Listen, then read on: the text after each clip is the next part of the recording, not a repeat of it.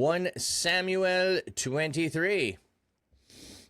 They told David, "The Philistines are fighting in Kella and are looting the threshing floor." So David asked the Lord, "Should I go and strike down these Philistines?"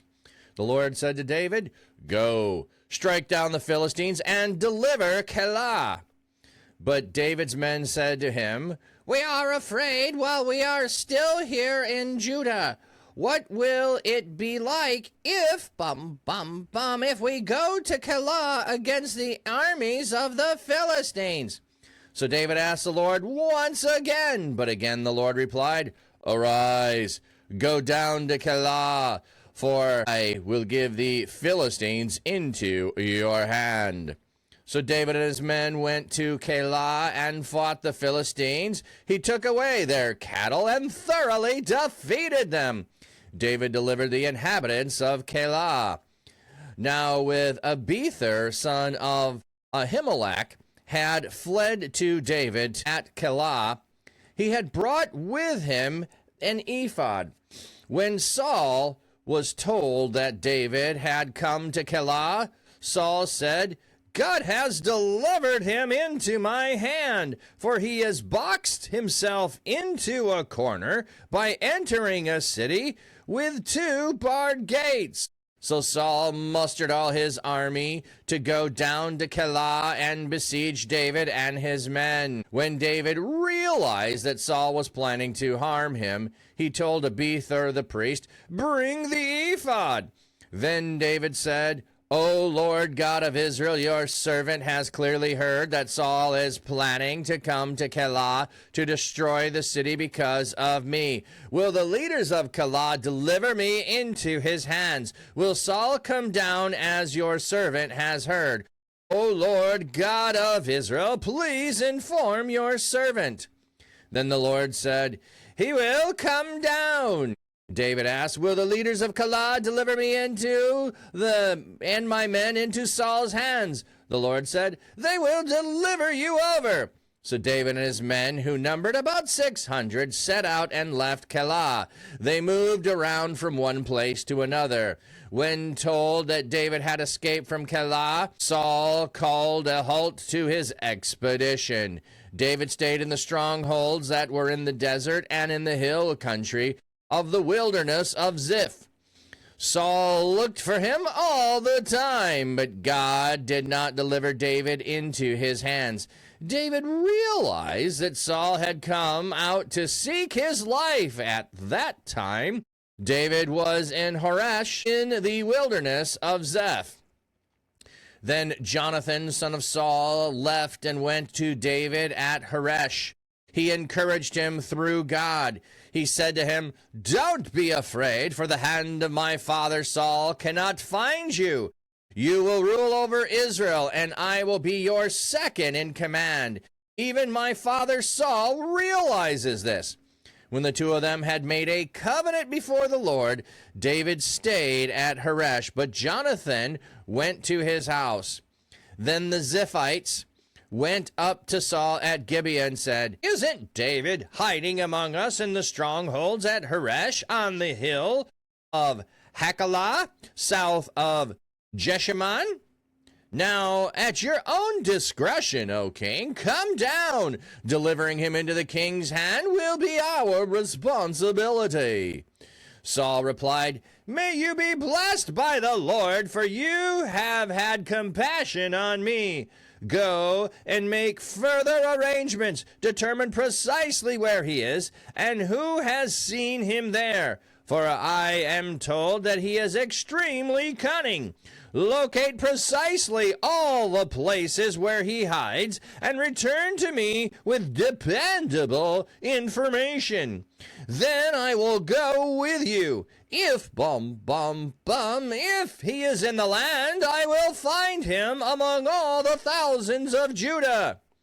So they left and went to Ziph ahead of Saul. Now David and his men were in the wilderness of Moan, in the Rift Valley, to the south of Jeshimon. Saul and his men went to look for him, but David was informed and went down to the rock and stayed in the wilderness of Moan. When Saul heard about it, he pursued David in the wilderness of Maon. Saul went on one side of the mountain, while David and his men went on the other side of the mountain. David was hurrying to get away from Saul, but Saul and his men were surrounding David and his men to capture them. But a messenger came to Saul, saying, "Come quickly, for the Philistines have raided the land." So Saul stopped pursuing David and went to confront the Philistines. Therefore, the place is called Selah Hamath Lekoth.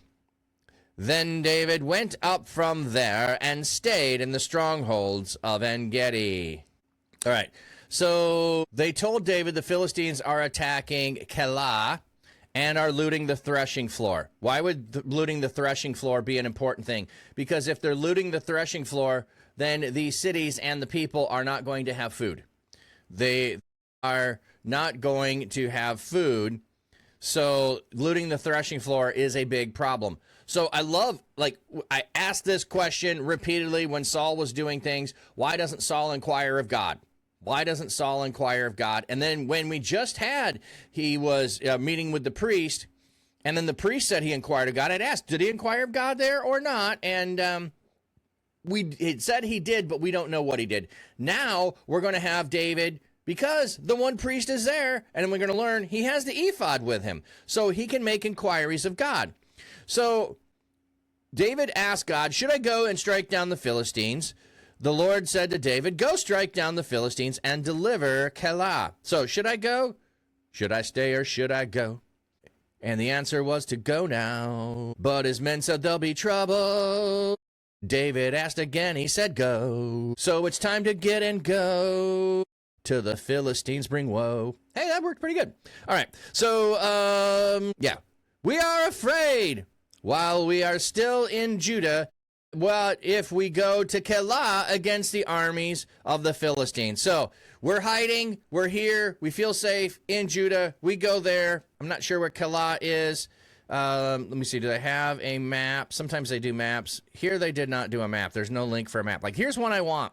I don't know how far away it is. I'm going to guess it is over to the west and probably north, because the Philistines are going to be over in that region. So the Philistines are going to be delivered into your hand. So David's men said, no, we don't want to go. And David asked again. So David and his men went to Kella and fought the Philistines and took away their cattle and thoroughly defeated them. David delivered the inhabitants of Kella. So you're trying to steal all of the food on the threshing floor, all of the harvest that's coming in. And so we go and we take your cattle. Okay, seems good. So now when Abither, son of Ahimelech, had fled to David at Kella, he had brought with him the ephod. So we're just getting he brought the ephod along. The ephod went down in his hand. When Saul was told that David was in Kella, Saul said, God has delivered him into my hand. He is boxed in. And so Saul is going to muster the army to go there.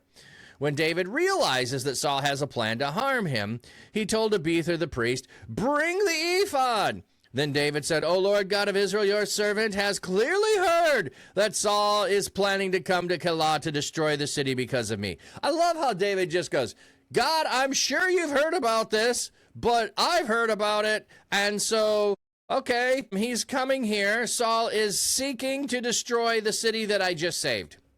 Like, is there another clear distinction between David and Saul than Saul is willing to destroy the city, his own city, to get at David, and David is willing to give up everything to not have the city destroyed, and he's willing to go risk his own capture to save the city. Like multiple levels of David's character, just so much better than the character of Saul. Okay, so will the leaders of Kella deliver me into his hand? Will Saul come down as their servant has heard? O Lord God, please inform your servant. Then he said, he will come down. David asked, will the leaders of Kella deliver me into the hand of Saul? And the Lord said, they will deliver you over. So David and his men, who numbered about 600. Okay, so the last time we had a count was about 400 when he was hiding in the cave. He has now gained about 200 more men. Set out and left Kella.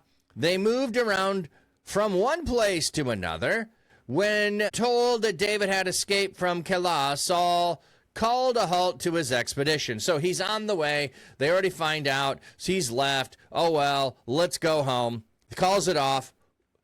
Like, why doesn't he go look for clues? Why doesn't he send some men to keep pursuing? Like, he just calls it off. Yeah, okay, he's not there. Bummer. David stayed in the strongholds that were in the desert and in the hill country of the wilderness of Ziph. Saul looked for him at that time. Okay, so he calls off the charge against the city. But he does go. It says called off the expedition. That's probably a poor translation, because to me the expedition is the whole thing. It should have said the campaign or something like that. I don't know why they used expedition, because he's now searching for him. That's still expedition. But God had delivered David into his hands. David realized that Saul had come to seek his life. At that time, David was in Horesh in the wilderness of Ziph. Then Jonathan, son of Saul, left and went to David at Horesh. So Saul can't find him, but Jonathan can. This is like cool on some level. So Jonathan, son of Saul, left and he went to David at Horesh. I forgot about this part. He encouraged him through God and said to him, "Don't be afraid, for the hand of my father cannot find you. You will rule over Israel and you will be second in command. Even my father Saul realizes this." When the two of them had made a covenant before the Lord, David stayed at Horesh, but Jonathan went to his house. So again, like the third time, David and Jonathan are making a covenant. They are making promises and oaths to one another before God. And we don't get information on this one. We didn't get information on the first one. We did on the second one. And it is that each of them are going to bless the descendants of the other's family. But Jonathan is here now with his men. Why doesn't Jonathan stay with David? One or two things come to mind that could be the reasons. Perhaps he doesn't want to fight against his father. He doesn't want to be on the side of fighting against his father. He knows David is in the right, but he doesn't want to fight against his father. He's not going to raise a hand against his father, which I would think would be honorable and noble. So that could be part of it. Another piece could be going home and staying home to protect his family could be another piece of it, because it says he went home. Each time we've had this, he goes home. He's not going with Saul. So we will have to keep an eye out for, are there any clues to why Jonathan doesn't go and hide out with David, or more directly help David, even if he doesn't fight with David. But anyway, then the Ziphites went up to Saul at Gibeah and said, "Isn't David hiding among the strongholds at Horesh in the hill of Hakaliah, south of Jeshimon?" So, hey, like, BT dubs, like, David's here. You want to come down, O king? Now at your discretion, O king, come down.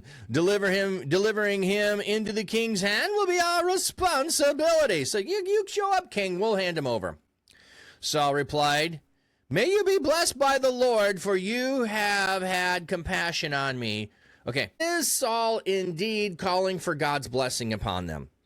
I've poked at the idea of whether or not he actually follows God or doesn't. At most, he's polytheist and he's following in everybody. So is Saul actually calling on them to be blessed? Will God actually bless them? Like, if this was a normal king, Saul is God's anointed, this would be an occasion for, yes, you are acting in accordance with helping God's anointed. That would make sense that you would indeed be blessed. I don't know that we get any of that. Let's keep paying attention, but pointing it out here as we move along. So, go and make further arrangements to determine precisely where he is, where he hides out. I've heard he's extremely cunning. Locate the precise place, all his hideouts, all of those things. Then I'll come down. And if he is in the land, we'll find him among those of Judah. So it's like, you got to do this and you got to do that. And if you do all of these things, then I'll come down, because I don't want to just make the trip for nothing. I don't want to make the trip for nothing. You better know every hiding place. So if he's not here, we can search every place that he is. We can trap him. We can find him. Like, Saul's being a little bit demanding here when they're the ones that said we can hand him over. Should have just, like, went now. All right. So they left and went to Ziph ahead of Saul. Now David and his men were in the wilderness of Moan in the Rift Valley on the south side of Jeshimon. Saul and his men went to look for him, but David was informed and went down to the rock and stayed in the wilderness of Moan. When Saul heard about it, he pursued David in the wilderness of Moan. Saul was on one side of the mountain while David and his men were on the other side of the mountain. Saul's on one side of the mountain. David is on the other side of the mountain. They are both pursuing and being pursued. Who's going to have the victory? Will he escape? So, in fact, it does appear that the men of the Ziphites, have indeed found out all the hiding places. They have rooted him out. And David is fleeing on one side of the mountain while being pursued on the other side of the mountain. So they cannot attack each other yet. And that is going on. David hurrying away, Saul pursuing, hurrying behind.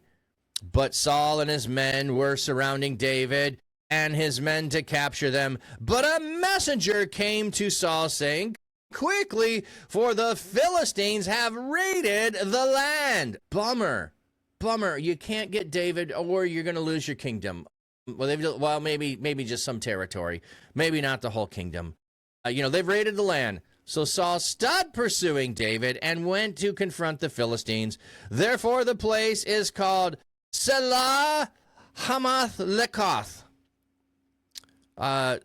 Sounds like something caught in someone's throat. Selah Hamath Lekoth. Probably means rock of divisions in Hebrew, in the sense that Saul and David parted company there. The NAB says gorge of divisions. The TEV says separation hill. I kind of like that, separation hill. This etymology assumes that the word derives from the Hebrew word to divide. However, there is another root which means to be smooth or slippery. If the word is taken from that root, the expression could mean slippery rock. Ooh, I like slippery rock better. Anyway, yeah, it's going to be one of those streams. Then David went up from there, and he stayed in the strongholds of En Gedi. So we've got David fleeing from place to place to place, trying to escape from Saul.